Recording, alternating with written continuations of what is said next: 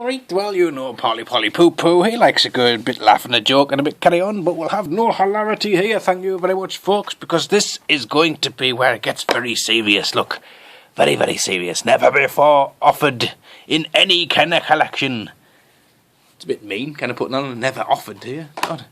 We have the Imperials. Oh, look at the amazing character designs, the colour schemes, the excellent this guy's actually packaged with his hands in his pockets. I mean, God, he's not going to be doing much graft, is he? Not even a litter picker in his hands. Oh, man, lads, get your fingers out.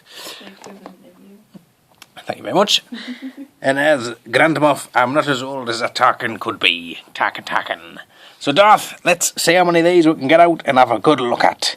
Yes, I think that would be a good idea. Would you mind posing me so my lightsaber's not pressed against my face? Oh. So we'll start with the Tarkins. We'll get the Tarkin and Tarkin out and have a look and have them compare. Have a look. Oh, they're very good. Now then, first thing, us comparison, I do prefer the shinier boots on the older version.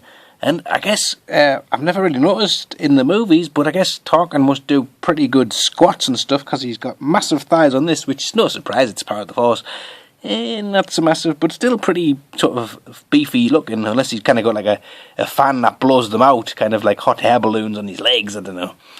And this one appears to be a little bit more modest with his kind of like his promotion, whereas this guy's just like, look at my medals! My chest will be filled with medals! And they're not bad likenesses, I suppose, for toys that are really quite old, although, you know, kind of old guys look like old guys, don't they, really? This one actually looks fantastic out of the packet. Really quite impressed with this one, face-wise. I do even like the little kind of liver spots they've given on his forehead. And he did come with this kind of little piece of corridor, I guess. I'm going to say that this is kind of the first piece of the Death Star they ever made. And because of that, what I'm going to say is that what happened at the end of the Empire, the first episode for A New Hope, that you've got Tarkin obviously still on a piece of Death Star, kind of spinning through space, and survived to go on to another adventure, in another time, in another space. So, guns and stuff, this guy came with a big blaster and a little pistol. So he's pretty decently armed to the teeth for a character who never even picks up... He doesn't even press the button on the Death Star, does he? You know, it would have been a bit more menacing if he actually pressed the button, but oh no, it wasn't even him. And this guy comes with the world's smallest gun hand in the world. And I kind of jiggled it a little bit, but basically he kind of just holds his gun to one side. So it feels like a scene from Looper, doesn't it? Anyway, Mexican standoff style... I'm going to go with old Tarkin, just because he's the best, isn't he, really? This toy's better, like, but this guy's better. So that's the bosses, the big boss. So let's get the other boss out. So this guy, oh man, one of my favourite scenes in the movie involves this guy, and the Darth dude. So let's get these two opened up and reenact an epic movie scene. Right, so here we have Admiral Ozzel and Captain Pitt out the packet now. On a side note, this guy, I've opened him out and he does smell of poo, as the Gamorrean guard did. Kind of guessing that these must have been in the room that the guy who died, who owned them, must have been like in there for a while, and some of the kind of death smell has kind of penetrated the packet. So, obviously, if you want to know what death smells like, it's Captain Pitt. So, I'm kind of a little bit alarmed by... I mean, I suppose out of all the ones I've opened, 2 out of all of them isn't too bad. But it'll be interesting. So far, it'll be interesting to see, as I get through the collection, how many more have the smell of death on them. So anyway, as I was going to do was reenact the scene from Empire Strikes Back, where Admiral Ozzy comes out and he's like, oh, you're crap, you are. Bloody hell. Why didn't you tell us I was having a poo? And you said, we're here, man. And I says, no, man, it shouldn't be this soon. Come here. And then he, I guess, judging by the way this guy's hand is, he kind of just used the force to choke him with his own hand. So he's like, oh God, you're choking us, man. Deed.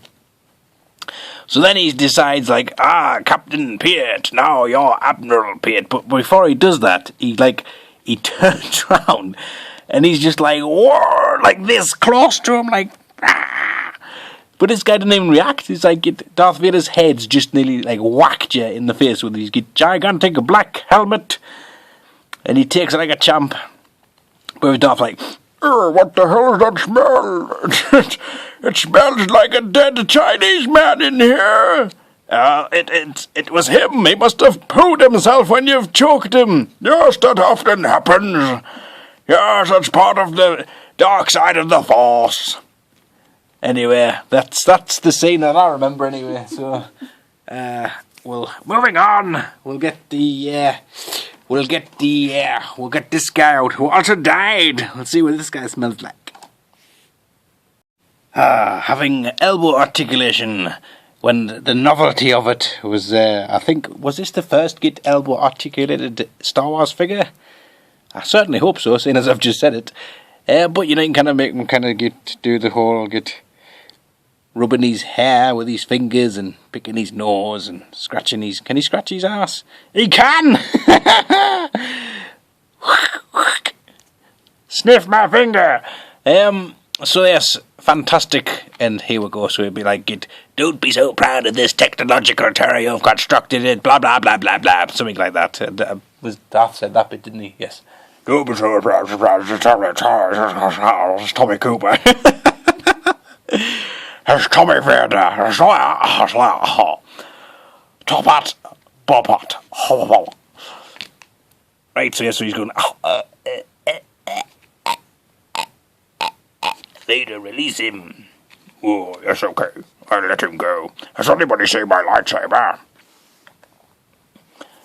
Why do I sound like the Churchill dog? Now then, I guess, like anybody, you need the dog's buddies, and when the stormtroopers aren't around, you have to use these guys who look like they are about to do nothing all day, apart from tutted stormtroopers.